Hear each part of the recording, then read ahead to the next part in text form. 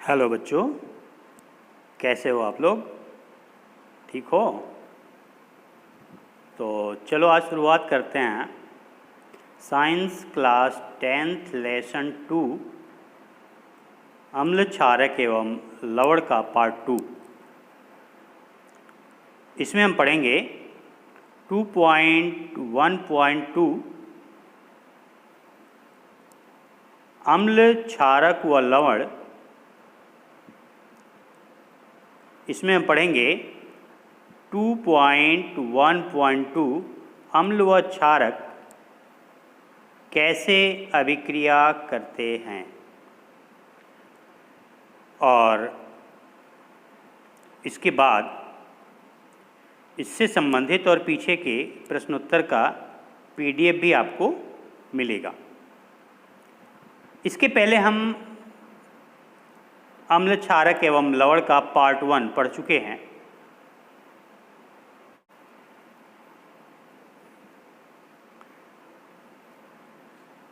इसमें हम लोग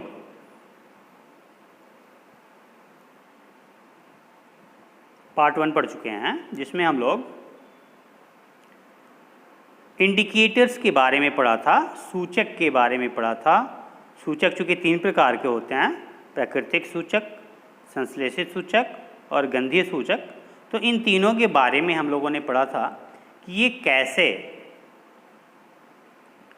एसिड और बेस की पहचान कराते हैं कि कौन सा यौगिक एसिड है और कौन सा यौगिक बेस है। इसके लिए इसे अगर आपने नहीं देखा है तो आप के लिए इसका पीडीएफ, यदि आपने इसे नहीं देखा है, पार्ट 1 नहीं देखा है, तो इसका लिंक आपको पार्ट 2 में डाल दिया जाएगा। इसे पहले अवश्य देखें, जिससे आपको पता चलेगा कि पार्ट 1 में क्या है। यहाँ पे लेसन की शुरुआत।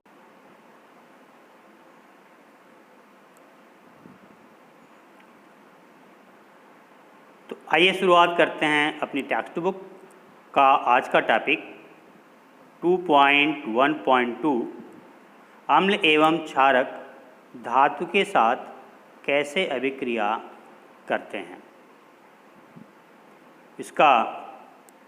इसकी शुरुआत क्रियाकलाप 2.3 से हो रहा है, जिसमें चित्र 2.1 के अनुसार उपकरण व्यवस्थित कीजिए। ये चित्र 2.1 है।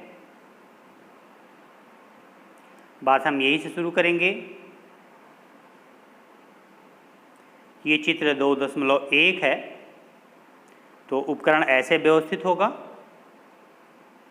फिर एक परख नली लीजिए, उसमें तनु सल्फ्यूरिक अम्ल H2SO4 डालेंगे, उसमें दानेदार जिंक के टुकड़े डालेंगे। तो दानेदार जिंक के टुकड़े डालने का मतलब धातु डालेंगे। तो अम्ल से धातु की क्रिया होगी, और देखते हैं कि जो प्रवाह नली लगी हुई है, ये प्रवाह नली है, इसके रास्ते हो करके बुलबुले निकल रहे हैं, और यह साबुन का घोल है। तो बुलबुले निकल रहे हैं, और जो बुलबुले निकल रहे हैं वो गैस के बुलबुले हैं। ये गैस के बुलबुले हैं, और इसको जब हम जलती मोमबत्ती के पास, जलती हुई मोमबत्ती इसके पास ले जाते हैं, तो ये फटफट की ध्वनि के साथ जलते हैं। ये फटफट की जो ध्वनि है ना, वो हाइड्रोजन गैस होने की पहचान है।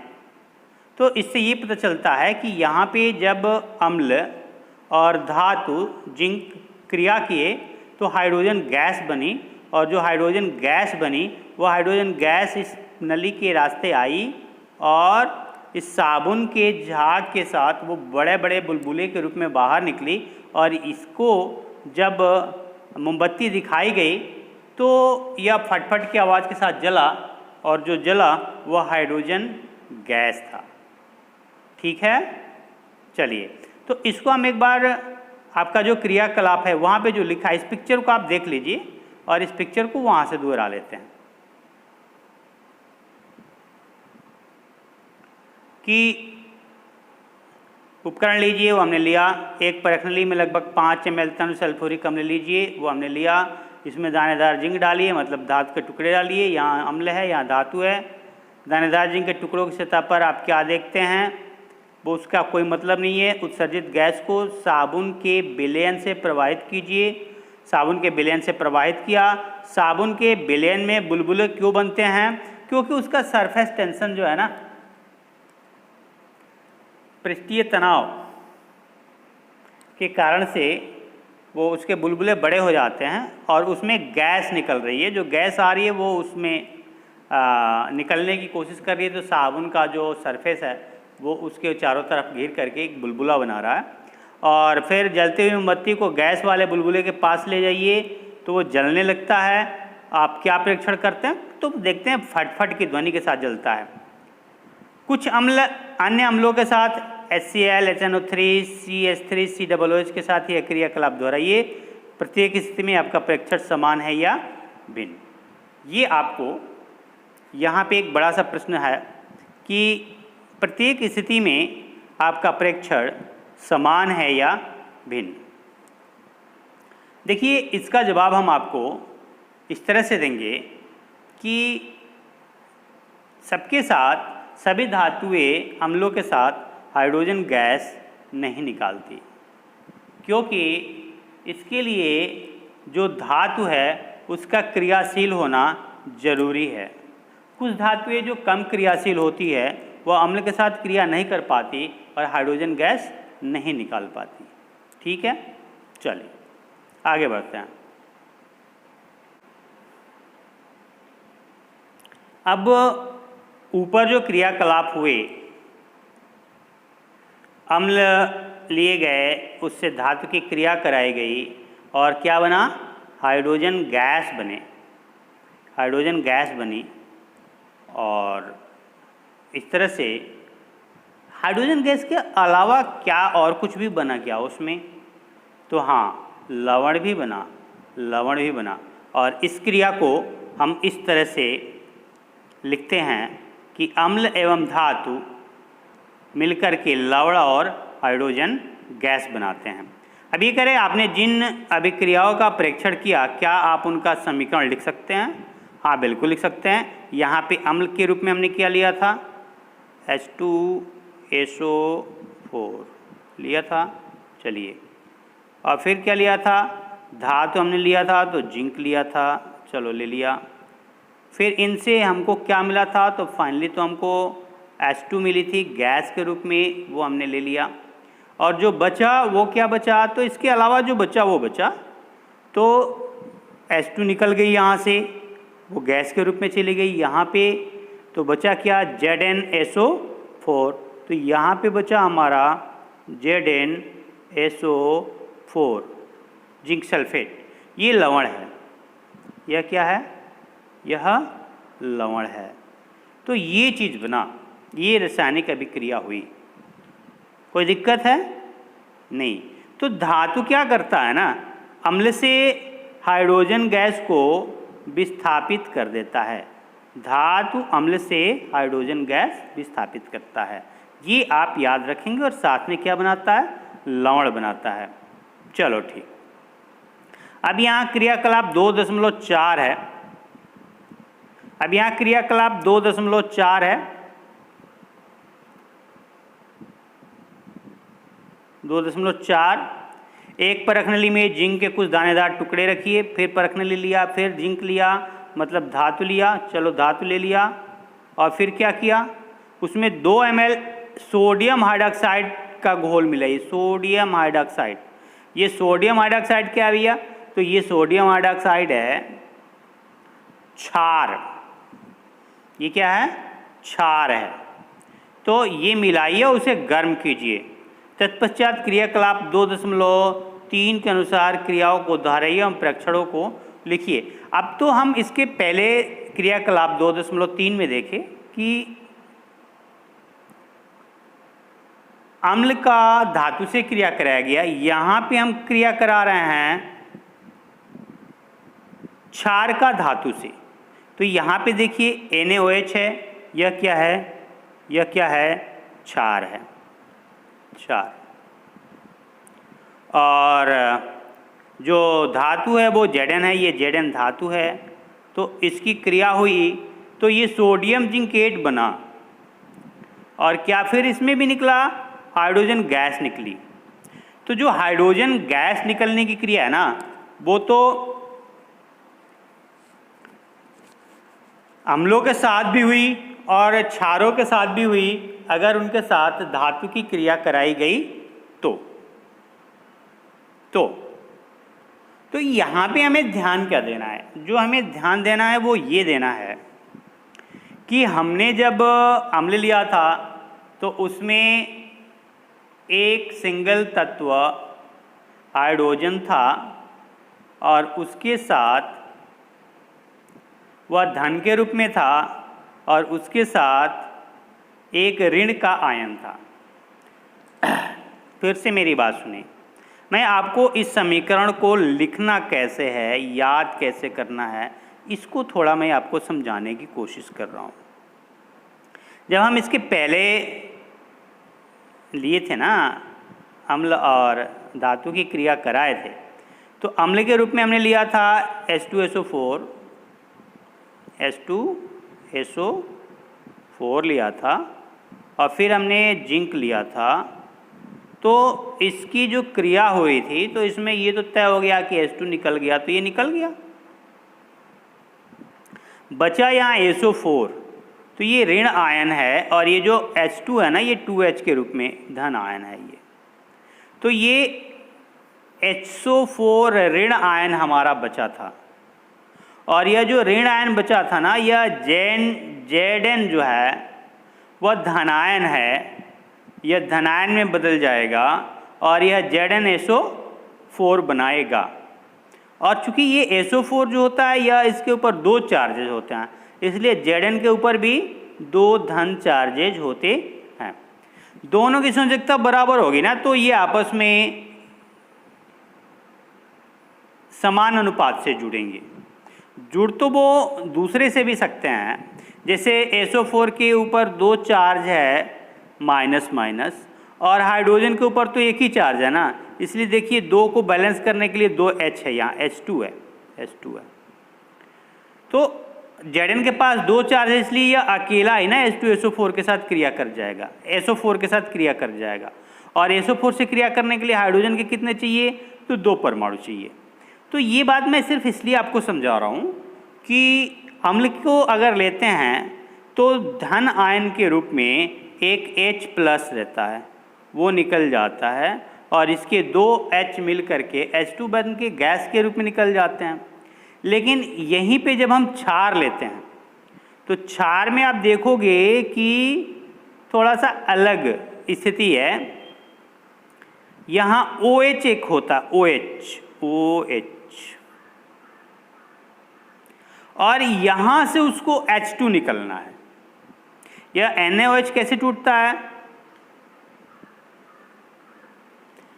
NaOH कैसे टूटता है, NaOH अगर लेंगे तो ये कैसे टूटेगा, तो ये NaOH टूटता है Na plus plus OH minus में।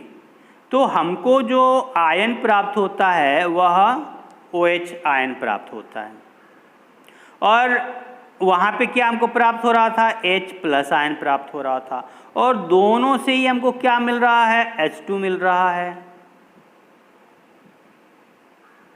तो यहाँ से अगर H2 मिल रहा है, ये तो समझ में आ रहा है कि यहाँ पे 2H कर देंगे तो H2 बन जाएगा। यहाँ पे हमको समझ में आ रहा है कि अगर 2 कर देंगे तो H2 तो मिल जाएगा, लेकिन 2O भी तो बचेगा ना, तो ये 2O O2 के रूप में रुक जाएगा।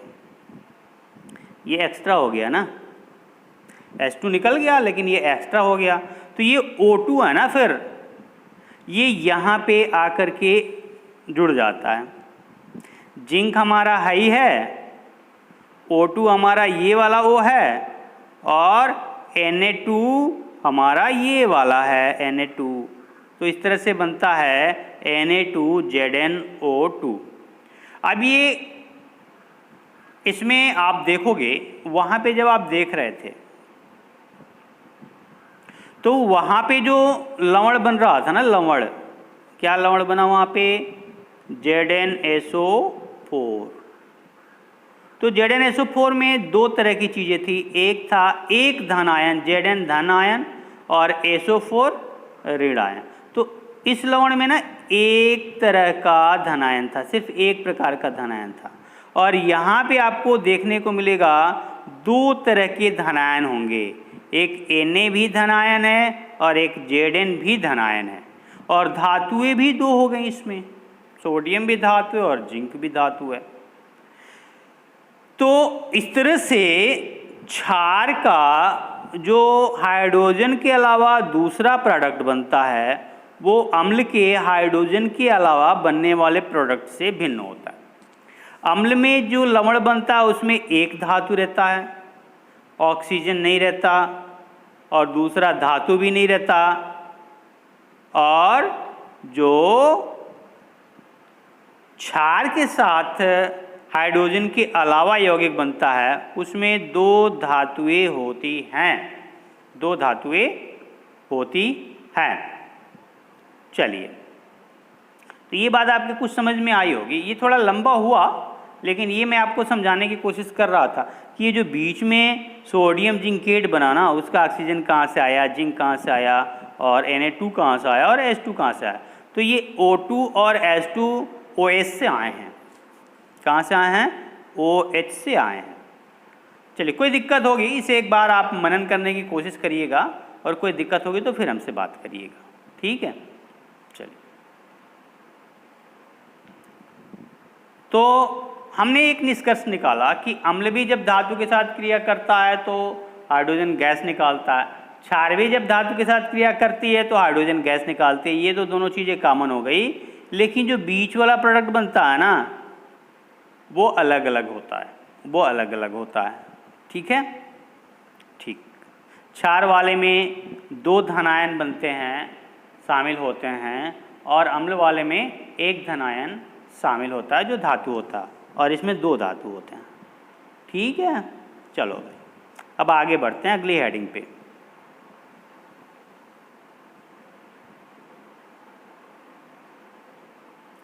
अब हमारी अगली हेडिंग ये है कि धातु कार्बोनेट तथा धातु हाइड्रोजन कार्बोनेट अम्ल के साथ कैसे क्रिया करते हैं।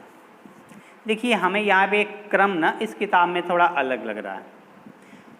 अगर आप कहें तो सही क्रम से मैं आपको थोड़ा आगे का पीछे और पीछे का आगे पढ़ा दूँ। चलिए, आपको एक चीज़ दिखाते हैं।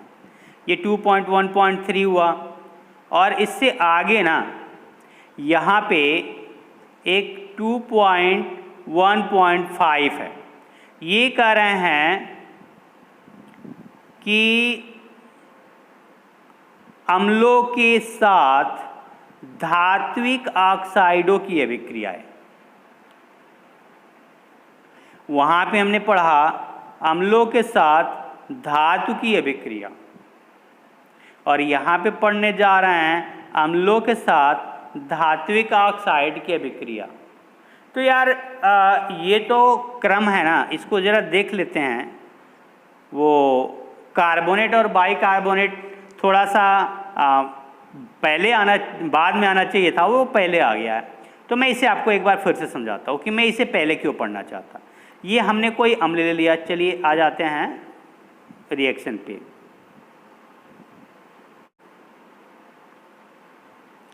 ये जो एक्सपेरिमेंट बता रहे हैं, क्रियाकलाप बता रहे हैं, उसमें दिखा रहे हैं कि बीकर में कॉपर ऑक्साइड लीजिए। कॉपर ऑक्साइड मतलब CuO ले लिया, और इसमें धीरे धीरे ना तनु हाइड्रोक्लोरिक अम्ल डालिए। मतलब हमने डाल लिया हाइड्रोक्लोरिक अम्ल, मतलब HCl डाला। विलेन के रंग पर ध्यान दीजिए, तो क्रिया क्या होगी पहले ये तो देख लो।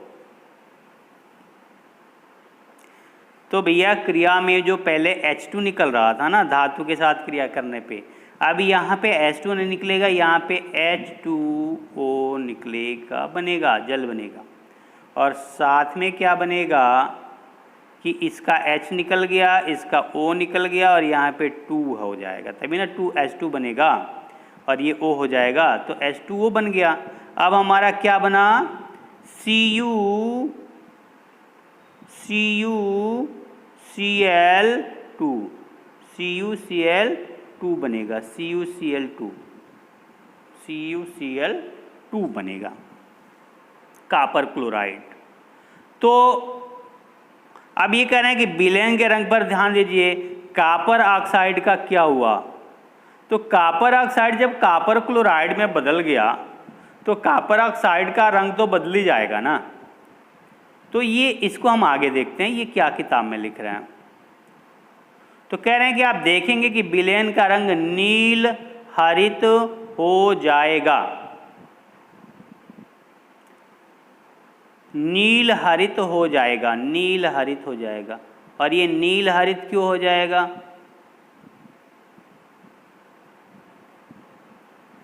अभिक्रिया में कॉपर क्लोराइड के बनने के कारण होता है।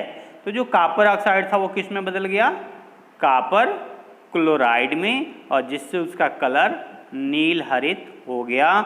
और एक समीकरण बन के आया कि धातु ऑक्साइड अम्ल के साथ क्रिया करते हैं तो लवण बनता है और जल बनता है।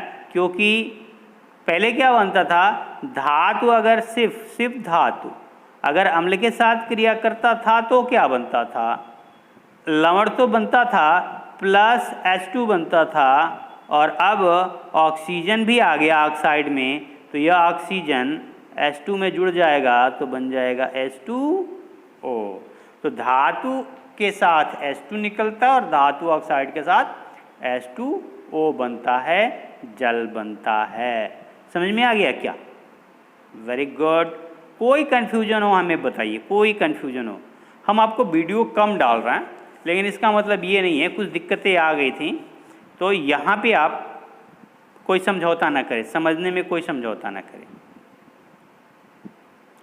तो ये जो लवण है ना ये तो बनेगा। अब हाइड्रोजन की जगह पे जल बनेगा ऑक्साइड के साथ। चलिए ठीक, अब हम फिर पीछे वापस आते हैं।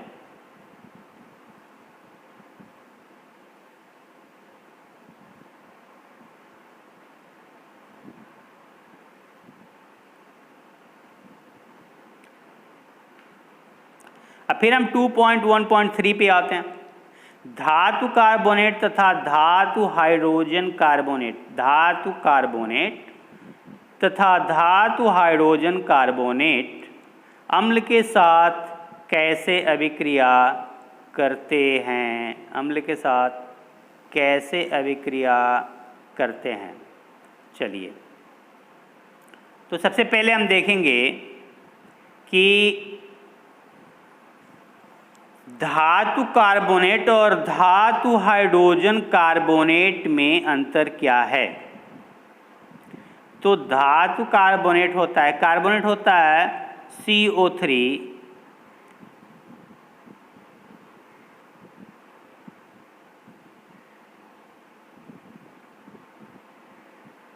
और धातु हाइड्रोजन कार्बोनेट का हिस्सा होता है HCO3। ये ऋणायन है, ये क्या है, ये ऋणायन है, ये दोनों ऋणायन है। यहाँ पे कार्बोनेट के ऊपर 2 ऋण चार्ज होता है और जब एक हाइड्रोजन आके जुड़ जाता है तो बाइकार्बोनेट पे 1 ऋण चार्ज बचता है। अब इसकी संयोजकता 1 हो जाती है, बाइकार्बोनेट या हाइड्रोजन कार्बोनेट की संयोजकता 1 हो जाती है और कार्बोनेट की संयोजकता 2 रहती है। इसलिए जब भी यह धातु के साथ क्रिया करेगा तो यह 2 संयोजकता प्रदर्शित करेगा और बाइकार्बोनेट 1 संयोजकता प्रदर्शित करेगा। और जो अंतर आएगा ना इसके कारण से आएगा क्योंकि बाइकार्बोनेट में हाइड्रोजन आ गया है। ठीक, चलो तो अभिक्रिया इसका क्रियाकलाप देखते हैं। 2 परख नलियाँ लीजिए, ए तथा बी। चलो भाई लिया, यहाँ पे तो अभी ए ही लिए हैं, ये ए है। और परख नली ए में लगभग 5 ग्राम सोडियम कार्बोनेट लीजिए, Na2CO3, Na2CO3 सोडियम कार्बोनेट। अब देखिए हमने बताया ना कार्बोनेट CO3 की संयोजकता 2 होती है और इसलिए जो यहाँ पे सोडियम है इसकी संयोजकता 1 होती है, तो इसके 2 परमाणु लिए गए हैं। तो Na2 2, तभी तो 2 2 की बराबरी करते हैं। तो ठीक, Na2CO3 ये हो गया। अब ये हमने ले लिया, कार्बोनेट ले लिया।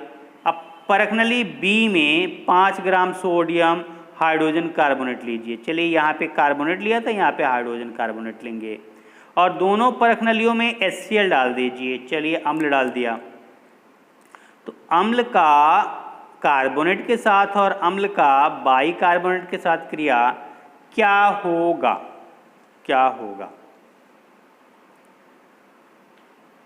तो इसको देखते हैं और कह रहे हैं कि निरीक्षण कीजिए और फिर इसमें से जो गैस निकलेगी, ये तय हो गया एक गैस निकलेगी, और गैस को चूने के पानी मतलब कैल्शियम हाइड्रॉक्साइड के विलयन में प्रवाहित कीजिए। यहाँ पे ये कैल्शियम हाइड्रॉक्साइड है, चूने का पानी, इसमें से जो गैस निकल रही है वो हम इसमें प्रवाहित कर रहे हैं।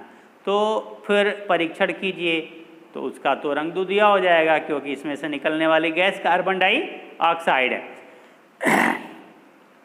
तो चलो देखते हैं आगे ये क्या समीकरण बताते हैं कि क्या होता है। देखो भाई, ये बता रहे हैं कि जो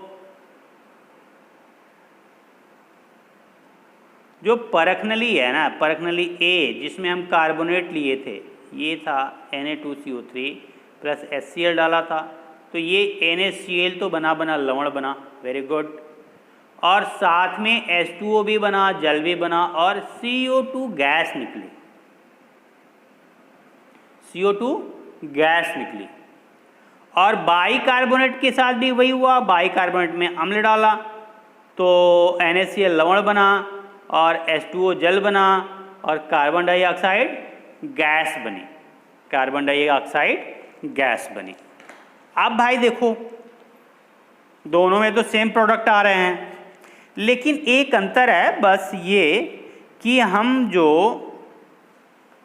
अम्ल की अणुओं की मात्रा ले रहे हैं वो 2 है, कार्बोनेट में, कार्बोनेट में 2 अणु ले रहे हैं, और इसके कारण से जो लवण बन रहा है वह 2 बन रहा है, 2 अणु बन रहा है। और इसमें हम धातु 1 ले रहे हैं सोडियम, और जो अम्ल के अणु ले रहे हैं वो 1 ले रहे हैं, इसलिए जो लवण बन रहा है ना वो 1 बन रहा है, NaCl 1 अणु बन रहा है। बस इतना सा अंतर है, इसे आप ध्यान दोगे। बाकी कार्बोनेट और बाइकार्बोनेट में कोई अंतर प्रोडक्ट में नहीं आ रहा है, प्रोडक्ट में अणुओं में अंतर आ रहा है। प्रोडक्ट में लवण की अणुओं की मात्रा घट जाती है बाइकार्बोनेट में, और रिएक्टेंट में एसिड के अणुओं की संख्या घट जाती है। ये ध्यान देंगे आप, ठीक। चलो,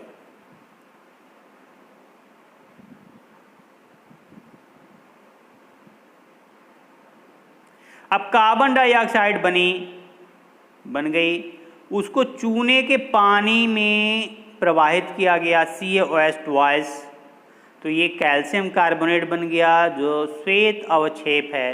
अवक्षेप सॉलिड होता है इसलिए इसे S लिखा गया है, तो श्वेत अवक्षेप है और साथ में जल बना। अगर कार्बन डाइऑक्साइड की मात्रा अधिक ली जाएगी तो क्या होगा? तो फिर से कैल्शियम बाइकार्बोनेट बन जाएगी जो जल में विलयशील हो जाएगी, जो जल में विलय हो जाएगी। पहले कैल्शियम कार्बोनेट बनेगा जो सॉलिड के रूप में, अवक्षेप के रूप में होगा, और जब और अधिक कार्बन डाइऑक्साइड डाली जाएगी, प्रवाहित की जाएगी, तो कैल्शियम बाइकार्बोनेट बन जाएगा जो जल में विलयशील होगा। ये चीज़ें याद रखेंगे, ये अंतर है। ये अंतर काहे में अंतर है? जब कार्बन डाइऑक्साइड की कम मात्रा चूने के पानी में प्रवाहित करते हैं और जब कार्बन डाइऑक्साइड की अधिक मात्रा चूने के पानी में प्रवाहित करते हैं, तो एक बार जो कैल्शियम कार्बोनेट बनता है वह अवक्षेप के रूप में होता है, और दूसरी बार जब अधिक मात्रा में कार्बन डाइऑक्साइड लेते हैं तो बनता है कैल्शियम बाइकार्बोनेट जो घुलनशील होता है। ये याद रखने वाली बात है, इसे आप याद रखेंगे, ठीक है। चलो, तो यहाँ पे हम देख रहे हैं कि धातु कार्बोनेट और धातु हाइड्रोजन कार्बोनेट और अम्ल मिलकर के क्या बना रहे हैं, लवण और कार्बन डाइऑक्साइड और जल बना रहे हैं। ठीक, चलो भाई अब इससे आगे हम पढ़ने जा रहे हैं एक बहुत ही इम्पोर्टेंट समीकरण 2.1.4 अम्ल एवं क्षारक परस्पर कैसे अभिक्रिया करते हैं। चलो भाई, अभी तो अम्ल को और क्षारक को हम क्या कर रहे थे, कभी धातु के साथ क्रिया करा रहे थे, कभी धातु ऑक्साइड के साथ क्रिया करा रहे थे, कभी कार्बोनेट के साथ, कभी बाइकार्बोनेट के साथ, और अब हम क्रिया कराने जा रहे हैं दोनों का आपस में ही, किसका, अम्ल और क्षार का। क्रियाकलाप 2.6 परखनली में लगभग 2 ml NaOH घोल लीजिए, ये क्षार है। उसमें 2 बूंद फिनाप्थलीन डालिए, फिनाप्थलीन बिलेन डालिए। ये क्या इंडिकेटर है, फिनाप्थलीन एक इंडिकेटर है, पीछे पार्ट में हम लोगों ने पढ़ा है। बिलेन का रंग क्या होगा, तो आप बताओगे, हम नहीं बताएंगे, कि अगर क्षार के साथ फिनाप्थलीन डाला जाता है तो क्या कलर आता है। आप इसके लिए जाओगे, पार्ट 1 देखोगे, और उसमें जो चार्ट दिया गया है इंडिकेटर का लास्ट में, उसमें इसका उत्तर आपको मिलेगा। थोड़ा आप देखो, मेहनत करो, सिर्फ हम बताएंगे तो नहीं होगा। चलो, तो वहाँ देखना पार्ट 1 में। बिलेन का रंग क्या होगा, फिर इस बिलेन में एक एक बूंद तनु HCl मिलाइए। चलिए भाई, पहले क्षार था, अब अम्ल मिला रहे हैं, तो अब अभिक्रिया मिश्रण में के रंग में कोई परिवर्तन आया। हाँ भाई, पहले क्षार था, उसका प्रभाव था, अब अम्ल है, वो उसका प्रभाव होगा, तो फिर उसको पुराने वाले कलर पे लेके चला जाएगा जो पहले रंग था। ठीक है, अब मिलाने के बाद फिनाप्थलीन का रंग क्यों बदल गया, क्योंकि जो क्षार था उसका प्रभाव था, उसके साथ अम्ल मिल गया, तो अम्ल अपना प्रभाव दिखाया, क्षार अपना प्रभाव दिखाया, और फाइनली कोई प्रभाव नहीं दिखा पाया। दोनों का प्रभाव क्या हो गया, निरस्त हो गया, उदासीन हो गया। तो दोनों के प्रभाव उदासीन हो गए, क्षार का प्रभाव उदासीन हो गया, अम्ल ने ऐसा कर दिया और अम्ल का प्रभाव क्षार ने कर दिया, इसलिए कोई अपना प्रभाव दिखाने की स्थिति में नहीं है। अब उपरोक्त मिश्रण में NaOH कि फिर कुछ बूंदें मिलाइए, क्या फिनाप्थलीन पुनः गुलाबी रंग का हो गया, हो ही जाएगा ना भाई, क्यों नहीं होगा। ये परीक्षण किया कि अम्ल द्वारा क्षारक का प्रेक्षित प्रभाव तथा क्षारक द्वारा अम्ल का प्रभाव समाप्त हो जाता है, और अभिक्रिया को इस प्रकार लिख सकते हैं, क्षार और अम्ल मिलकर के लवण बनाते हैं और जल बनाते हैं। यह अभिक्रिया उदासीनीकरण अभिक्रिया कहलाती है। क्षारक अम्ल और मिलकर के लवण और जल बनाते हैं। लवण उदासीन होता है, जल उदासीन होता है, दोनों का प्रभाव खत्म हो जाता है।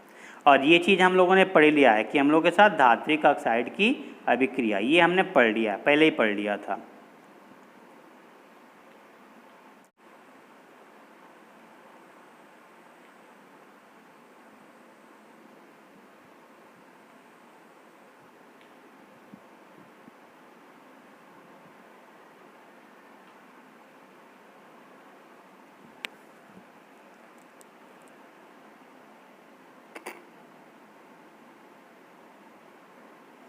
अब यहाँ पे देखेंगे क्षारक के साथ अधात्विक ऑक्साइड की अभिक्रिया। अधात्विक ऑक्साइड जो होती है ना, इसकी प्रकृति अम्लीय होती है। इसके पहले हम लोग धात्विक ऑक्साइड पढ़ रहे थे, यहाँ पे हम अधात्विक ऑक्साइड पढ़ रहे हैं। इसकी प्रकृति अम्लीय होती है, तो क्षारक के साथ अगर अम्ल मिलाएंगे तो क्या होगा भाई, लवण एवं जल ही बनेगा ना, बस। क्या बनेगा, लवण एवं जल, क्योंकि क्षारक के साथ अधात्विक ऑक्साइड बने अम्ल की क्रिया, ये अम्ल की प्रकृति वाला होता है अधात्विक ऑक्साइड। ठीक है, चलो अब यहाँ पे आपका प्रश्न है,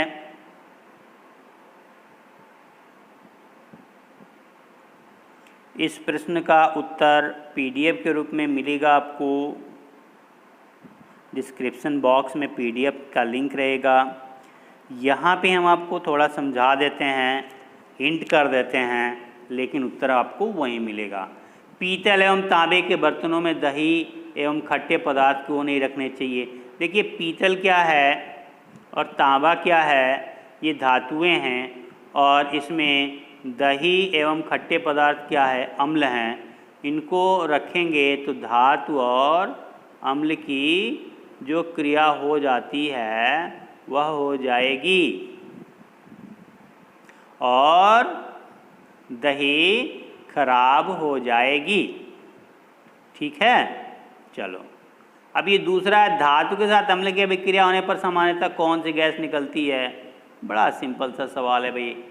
कौन सी गैस निकलती है? तो आप तो जानते हो कि H2 निकलती है। यह धातु के साथ भी निकलती है, धातु का अम्ल के साथ भी निकलती है, और धातु का क्षार के साथ भी निकलती है। ठीक, चलो तीसरा है, अगर एक उदाहरण के द्वारा समझाइए इस गैस की उपस्थिति की जांच आप कैसे करोगे? उसके पास हम जलती हुई मोमबत्ती ले जाएंगे, फटफट की आवाज़ होगी तो कहेंगे भैया ये हाइड्रोजन है। वो आप एक्सपेरिमेंट में देख चुके हो, क्रियाकलाप में देख चुके हो। क्वेश्चन नंबर 3 है, कोई धातु A है वो तनु हाइड्रोक्लोरिक अम्ल के साथ अभिक्रिया करता है। धातु है, धातु यौगिक A है, वह तनु हाइड्रोक्लोरिक अम्ल के साथ क्रिया करता है, तो HCl के साथ क्रिया करता है, तो बुदबुदाहट उत्पन्न होती है। तो इसमें कार्बन बुदबुदाहट मतलब क्या हुआ? कार्बन डाइऑक्साइड गैस उत्पन्न हुई। उसमें उत्पन्न गैस जलती मोमबत्ती को बुझा देती है, तो कार्बन डाइऑक्साइड गैस ही बुझाती है। यदि उत्पन्न यौगिकों में एक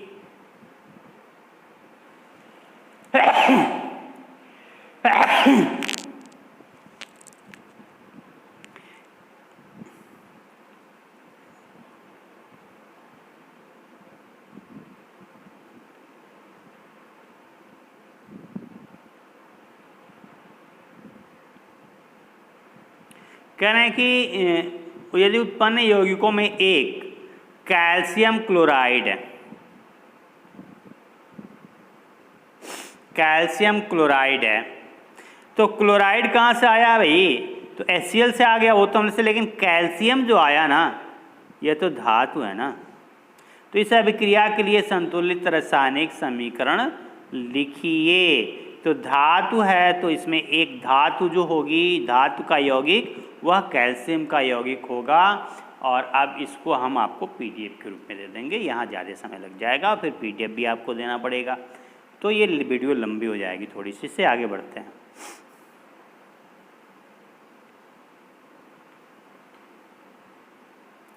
करें सभी अम्लों एवं क्षारकों में क्या समानताएं होती हैं?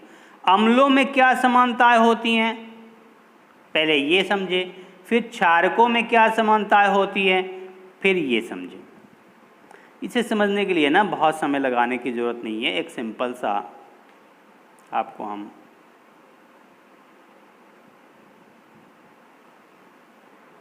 चीज़ बता दे रहे हैं।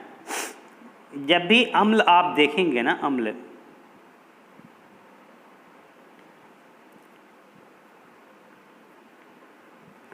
कि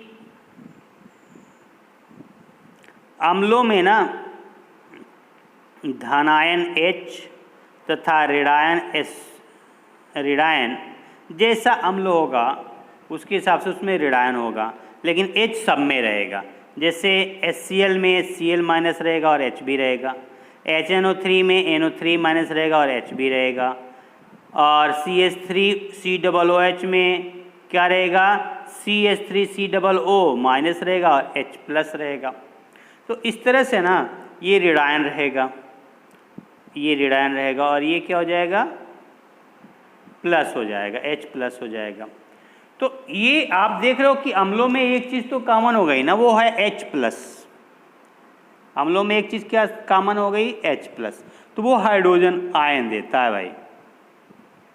इसे आप यहाँ पे देख लो, अम्ल विलयन में हाइड्रोजन आयन उत्पन्न करता है और इसी के कारण उनका गुणधर्म अम्लीय होता है।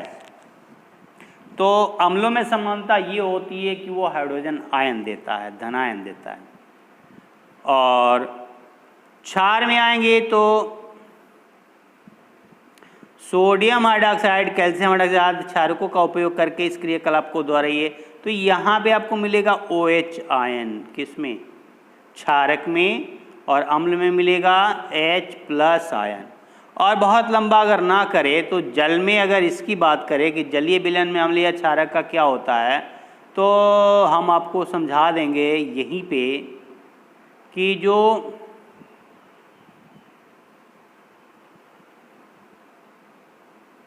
H+ अम्ल का बनता है ना, वो जल के साथ क्रिया कर लेता है H2O के साथ, तो वो बन जाता है H3O H3O+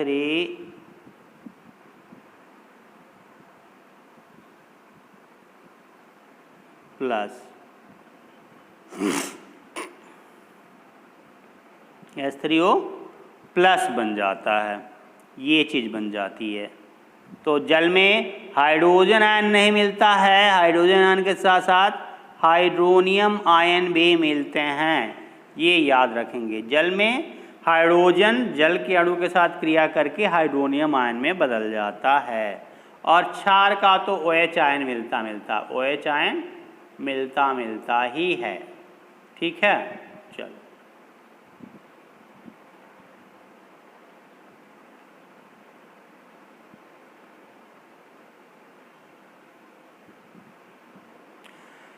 अब फिर प्रश्न आ गया यहाँ पे। इन प्रश्नों का PDF भी आपको मिलेगा। ये कह रहे हैं कि HCl अम्लीय अभिलक्षण क्यों प्रदर्शित करते हैं? तो इसलिए प्रदर्शित करते हैं कि इसमें H+ होता है, इसलिए करते हैं।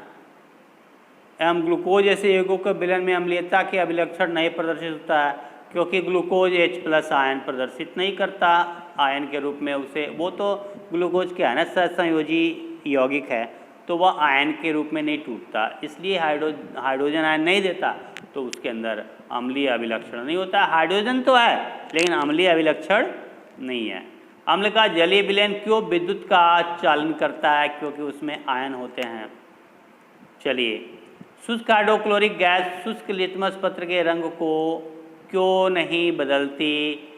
शुष्क हाइड्रोक्लोरिक गैस इसलिए नहीं बदलती क्योंकि यह आयन में नहीं टूट पाता, और जब तक आयन में नहीं टूटेगा यह लक्षण अम्ल का प्रकट नहीं करेगा, और जब अम्ल का प्रकट नहीं करेगा तो लिटमस पत्र पे इसका कोई प्रभाव नहीं पड़ेगा। अम्ल की तनुकृत करते समय यह क्यों अनुशंसित करते हैं कि अम्ल को जल में मिलाना चाहिए, ना कि जल को अम्ल में? बहुत तेज़ी से क्रिया हो जाएगी, ऊष्मा निकलेगी, ऊष्मा छेपी अभिक्रिया होती है। अम्ल की जल से क्रिया ऊष्मा छेपी होती है, और वो बहुत तेज़ी से एसिड निकल सकता है बाहर परख नली से, वो आपको जला सकता है, या परख नली टूट सकती है और आप उसके प्रभाव में आ सकते हैं। तो ये ऊष्मा छेपी क्रिया है, आपका नुकसान हो सकता है, आप जल सकते हैं, इसलिए नहीं करना चाहिए। अम्ल के विलयन को तनुकृत करते समय हाइड्रोनियम आयन की सांद्रता कैसे प्रभावित हो जाती है? तनुकृत करते हैं तो इसमें जल मिलाते हैं, और जल मिलाते हैं तो हाइड्रोजन आयन नहीं मिलाते, और उसकी क्या कहते हैं, सांद्रता प्रभावित हो जाती है। जब सोडियम हाइड्रोक्साइड विलयन में अधिक के क्षारक मिलाते हैं तो हाइड्रोक्साइड आयन की सांद्रता कैसे प्रभावित होती है? इन सारे का उत्तर आपको PDF के फॉर्म में मिल जाएगा। अभी वीडियो बड़ी लंबी होती चली जा रही है। यहाँ पे ये जो टॉपिक है यह